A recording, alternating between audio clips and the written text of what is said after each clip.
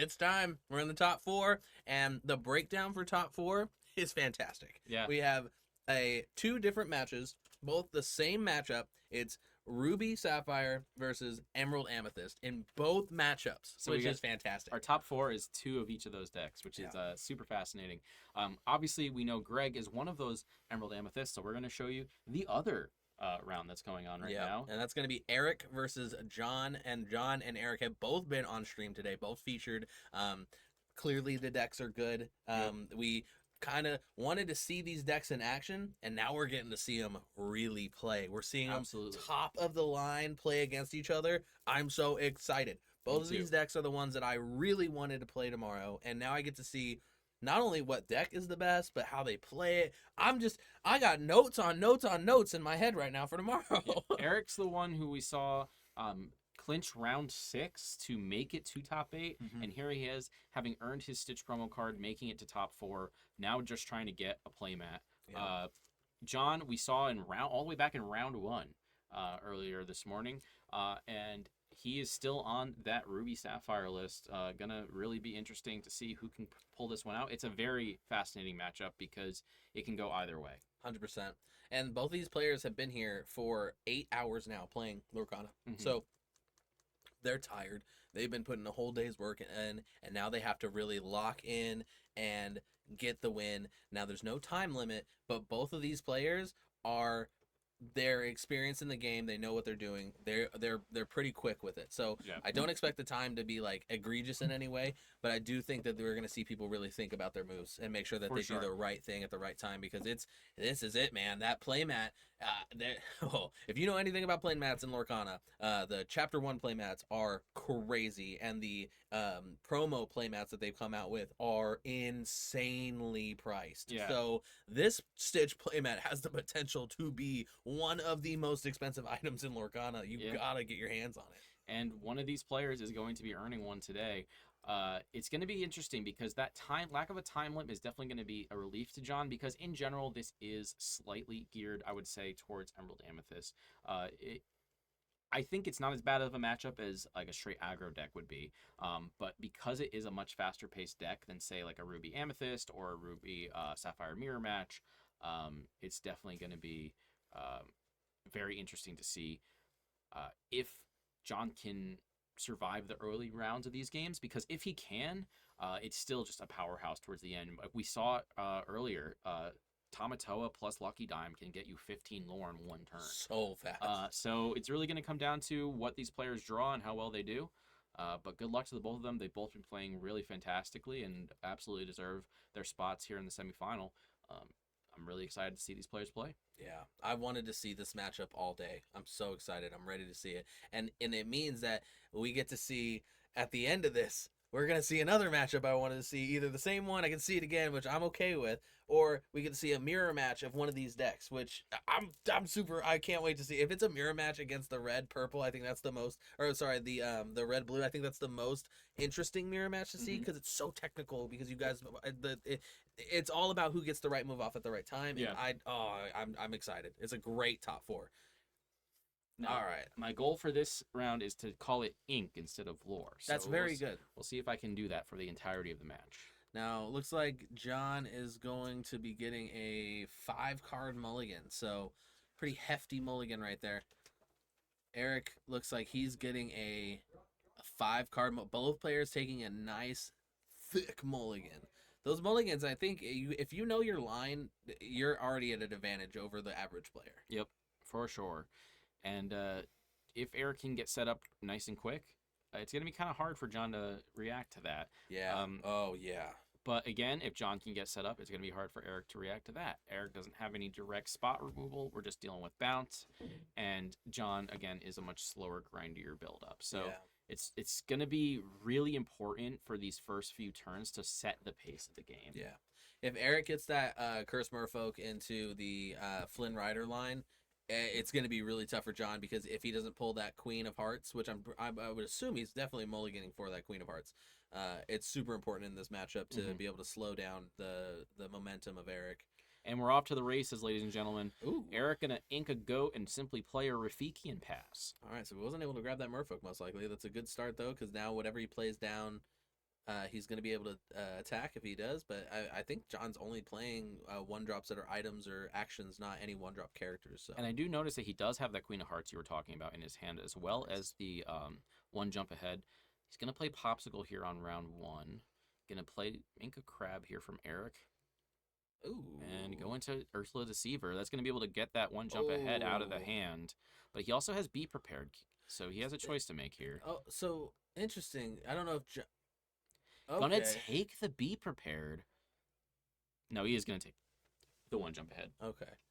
Kind of surprised there at first when I thought that. Yeah. I mean, Be Prepared's terrifying, but getting rid of the one jump ahead, you're instantly hurting your opponent's ramp. It's gonna be 6 turns without ramp until Be Prepared is relevant, and Eric kind of wants to be faster than that. 100%. And knowing the Be Prepared is there is kind of easy to play around when you know it's there, because now you have the Ursula there, you bounce her back, and you just wait till you want to get rid of it, and then you get rid of it. I'll say it for the 5th time today, but honestly, one of the best parts of Deceiver Ursula is simply the information you gather. Yeah. Even if your opponent does not have a song, her come into play is one of the best abilities for a character that costs as little ink as she does. Her bare necessities, nothing to hide. If you are running those colors and not playing those cards, you are missing out, because you can do a whole lot if you know what's coming. You know what I mean? It's a reason why you can't see your opponent's hand in these games. It's pretty important. And it is relevant. Like, we've seen it a lot today. You can bounce the Ursula. Things like No Place to Hide. You can't really use that more than once. If your opponent has a way to get rid of it, you know what I mean? It's very interesting to see a character that has a body that has such a impactful come into play ability. 100%. Especially because you got things like Deceiver of All Ursula, who's going to be doing in work, who's going to be putting in work. Yeah. So we just have a Maleficent from Eric. Again, very back and forth. These players being very patient, which Eric, I think, not as much so, and that's because he really wants to just get the game over before John gets set up. But John just taking his time, looking at his options, and choosing what he thinks is best. And slow rolling it with the 2 popsicles and just ramping up, I think, is not a bad choice. Yeah, I do think that John had bigger plans and aspirations in mind. I think he got kind of snuffed out a little bit with that one jump ahead getting taken out. I think that was super impactful. Anytime, if you're ever in the situation where you have to choose, oh my god, and he's going to be able to get the Be Prepared. Yep. Gonna check out that hand though. 2 Medusas, a Queen, a Tala, and a dime.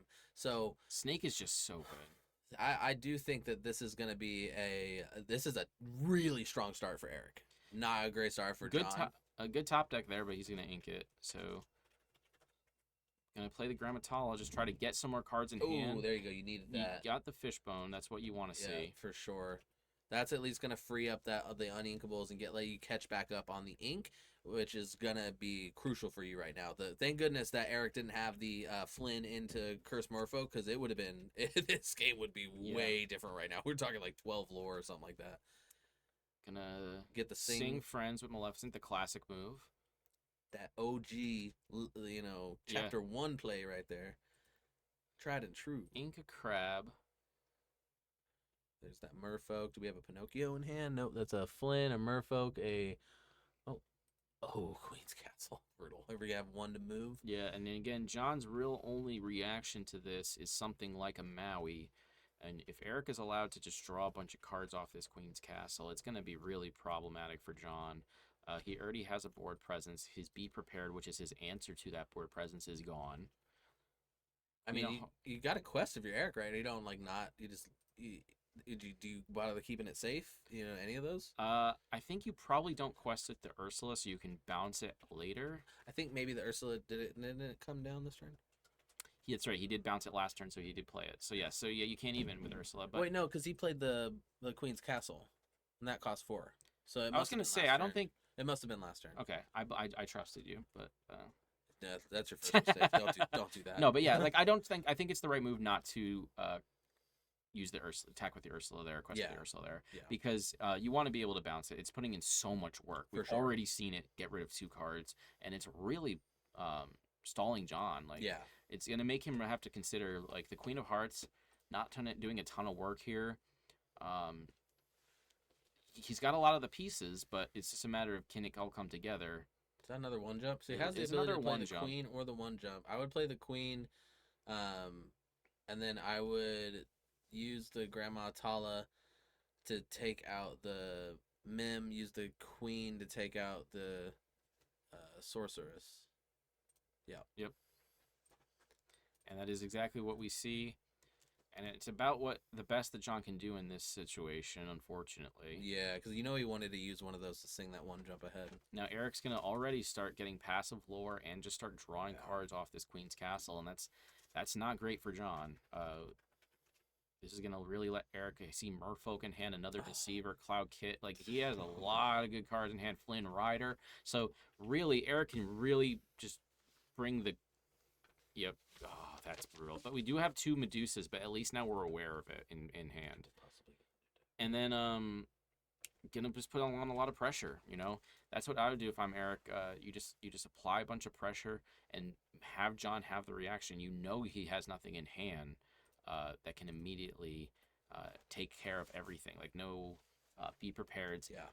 Medusing a cursed Merfolk does not feel great. So you really are kind of free to put all these 2 lore questers out there and say, have an answer, top deck the Be Prepared. Yeah, and even if you do, you don't have the ink to play it. You don't have the cards in hand to Fishbone away to play it. Like, you got one. I think it's 1 card, right? Unless I'm. Well, he has Medusa. Medusa's not?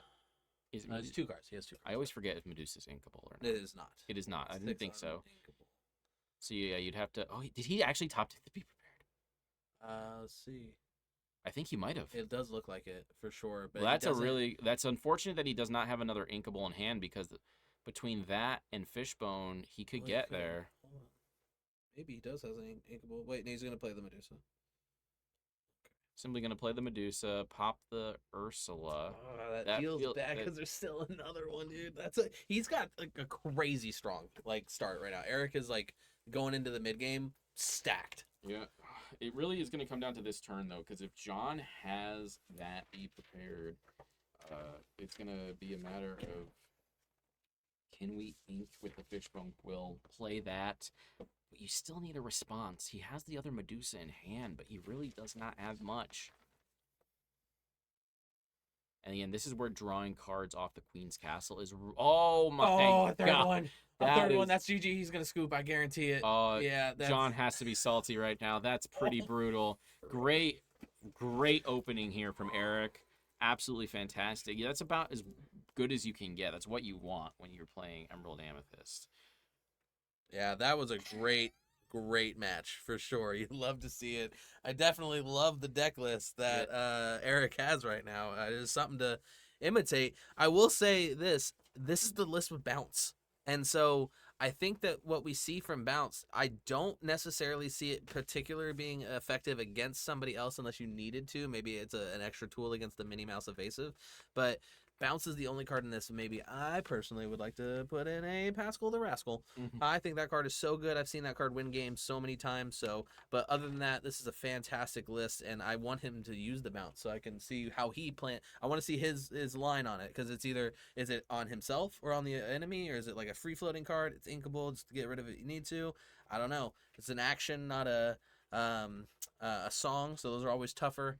And interesting that we don't see other things. Like, I thought I would see more of the actual discard today, but we're seeing that like the discard to focus on it almost takes away from everything else too much, and it's better to focus on the questing and the passive lore and getting your cards and keeping your hand up and all that. So I think super good. I'm very interested to see how this round 2 goes. I know that John did not get a great start, but it's mainly because Eric stopped him from having a good start. That's what I was going to say is this is the perfect example of how Emerald Amethyst is slightly advantaged against something like a Ruby Sapphire. Yeah.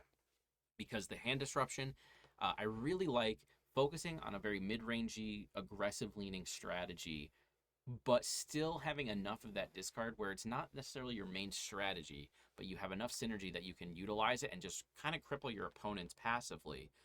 Is really a great fuel to that fire that your deck can have. And it just kind of worked flawlessly for Eric. He had all the responses. Yeah. Yep. 100%. I do think that a lot of where the competition really starts to heat up into these final rounds is it's not just the pressure, it's the time, but now you got Eric, who he's already been on stream today. You know, he's felt that pressure. John was on stream at the beginning of the day. And I believe that he won that. That wasn't his one loss, right? Yeah, he did win. Yeah, he did win that one. So he both are used to being on stream. Both have won on stream.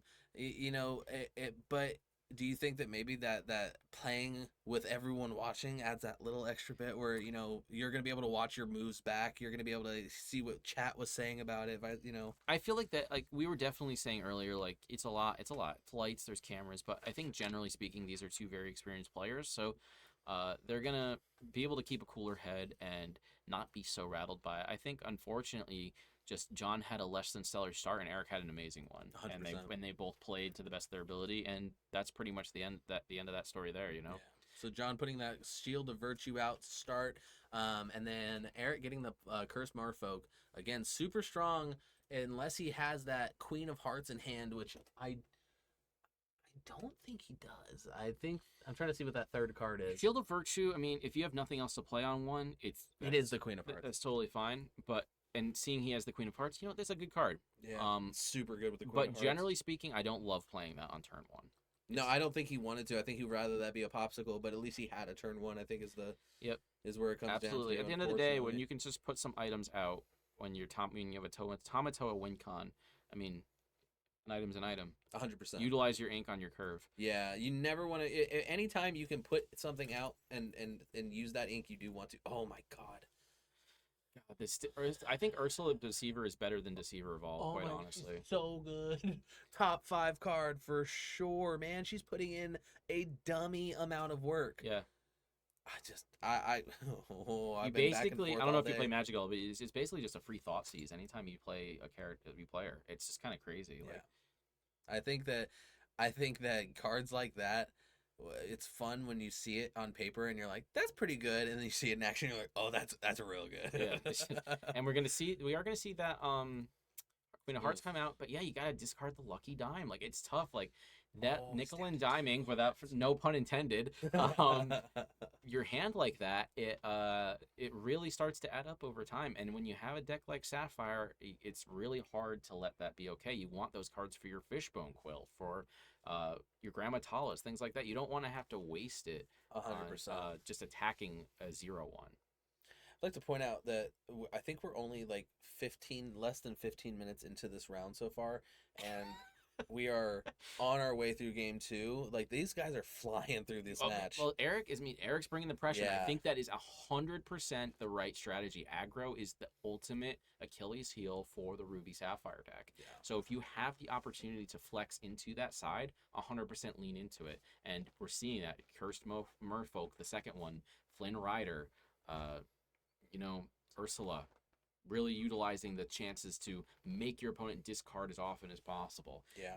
And unfortunately, John doesn't have. I mean, yeah, you're 2, 4, questing 5, for another 5 on right? the board. Yeah, going to 8 Brutal. lore. And yeah, he can clear the Merfolk and the Flynn in one go, but he has to get rid of his whole hand to do it. No, that's not good. What do you do to that? Yeah, that's wow. And then you got Merlin Rabbit coming out to just really shore up Eric's draw support.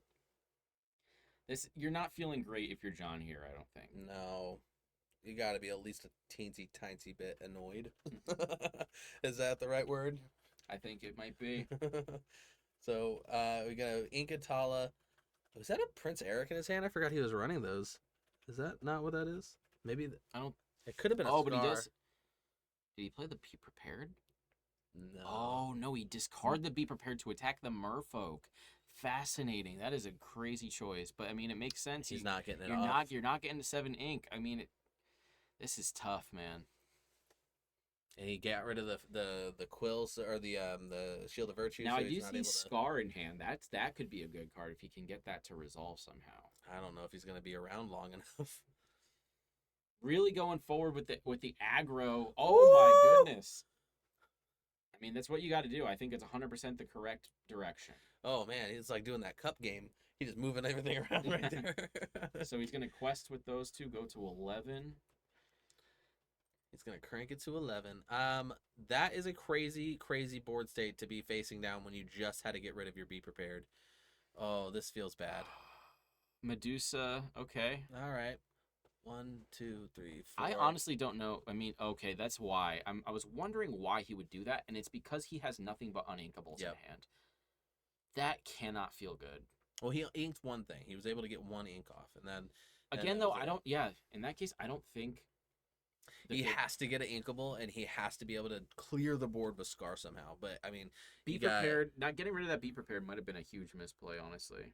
I think what he's wanting to do is he didn't want to use the Be Prepared and then be out of an option right there. I think that if he plays the Scar, if the whole board is turned sideways and he plays that Scar, he has to get an inkable, but he's able to clear the entire board with Scar. I think it will leave him with 1 HP left, so he'd still have a character on board. Mm-hmm. I just think I think he's seeing it more as like a better play because of the low costing or low attacking characters there. But again, he's banking on the fact that it's he gets an inkable. We have a Deceiver Vol coming into play. 2 more ink, so he potentially could bounce if he has a snake. I don't know if he does. I can't see it. Yeah, I think he's worried about another potential Be Prepared or something. He's kind of like, he doesn't seem like he wants to throw down. But would you be afraid of it if you just know you just got rid of it? I mean, you have to assume it's at least a 3 if you're almost guaranteed a 4 of. So I'm still scared of it. Yeah, for sure. Oh, that was not it, dude. That sucks. Simply passing, playing the Rafiki and passing. He just got a 1 jump ahead, not an inkable, which he really desperately needed an inkable in that situation. I don't think he has enough to clear the board. In order to prevent lethal, he just has to remove 2 things. So if he can do that, which he almost certainly can, he has the Tremaine in hand.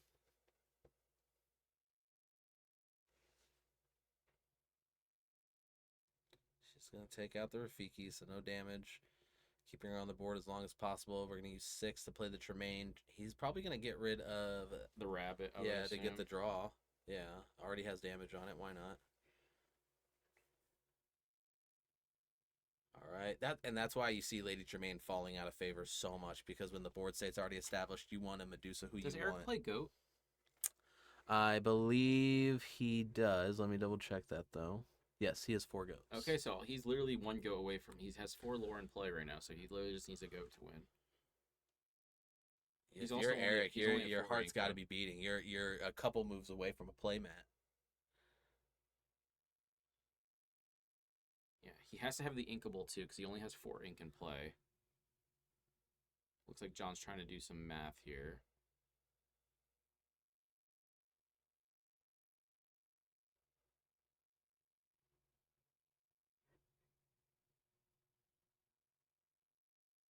I'm curious about what the conversation's happening right now.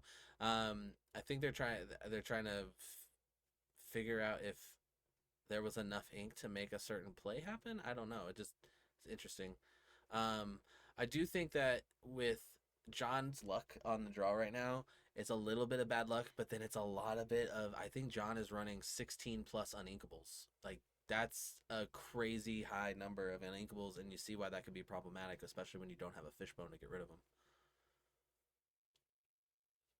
So it looks like there is a judge call going on. Not 100% sure what the question is here, but we're gonna quickly work that out for y'all. I mean, this is a high intense situation. You know, like you said, there is a playmat on the line. Players want to make sure that we do get the correct resolution here. All right, so I think Eric just went ahead and turned sideways for 4 lore that would put him up to 18, I believe. So he is at 18. He is a goat and a bounce away. With only 4 ink, that's not going to happen this turn, but a goat will still pretty much seal the deal. Yeah.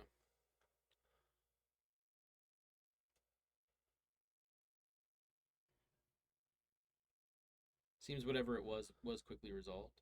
So we do have a bounce. Oh, is he going to play it on? I mean, bounce is really good. I mean, it synergizes. I'm surprised we haven't seen more of it. Quite honestly, like it lets you bounce your own thing and an opponent's thing. So That's right. It bounces two different things. and that's like usually it's like looked at as like a cost, but really that's more just a boon to you. Yeah, in that deck, it really is helpful. That is the reason why that's why I was like, please play that card. I want to see your line. The line is probably to get Ursula Deceiver back. That's a great And card. he did that. To He get did back, exactly. or to lure your goat. John just lost another one step ahead. Like he has to be so frustrated about that at this point. Like this Ursula Deceiver is the MVP of this match. Yeah. Maybe even this tournament, quite honestly. Yeah. John gonna go ahead and clear most of the board. Quest for 1 with Medusa, leaving Ursula on the field. Looks like Eric hasn't seen that scar before, so he's a little interested in the effect. It lets you attack everything. Yep, and it's still gonna leave him without any without death. So he will have what? 3, 2. 3 damage. 2 damage. 4 damage. I think that's how many he has remaining. No, we're gonna say 4 damage. He attacked Rafiki and then he attacked Flynn. Oh, and then the Ursula. Yes, that should have only been 3, so I'm not sure. It's not. Because Flynn is only 1 power, I'm pretty sure. So Yeah. So Flynn, Ursula, Rafiki had 0. Should have been 3. Curious. Yep, you're right. Curiousa and Curiousa. All right. So just like that, John. At 19 lore questing with the Ursula. Play Fox.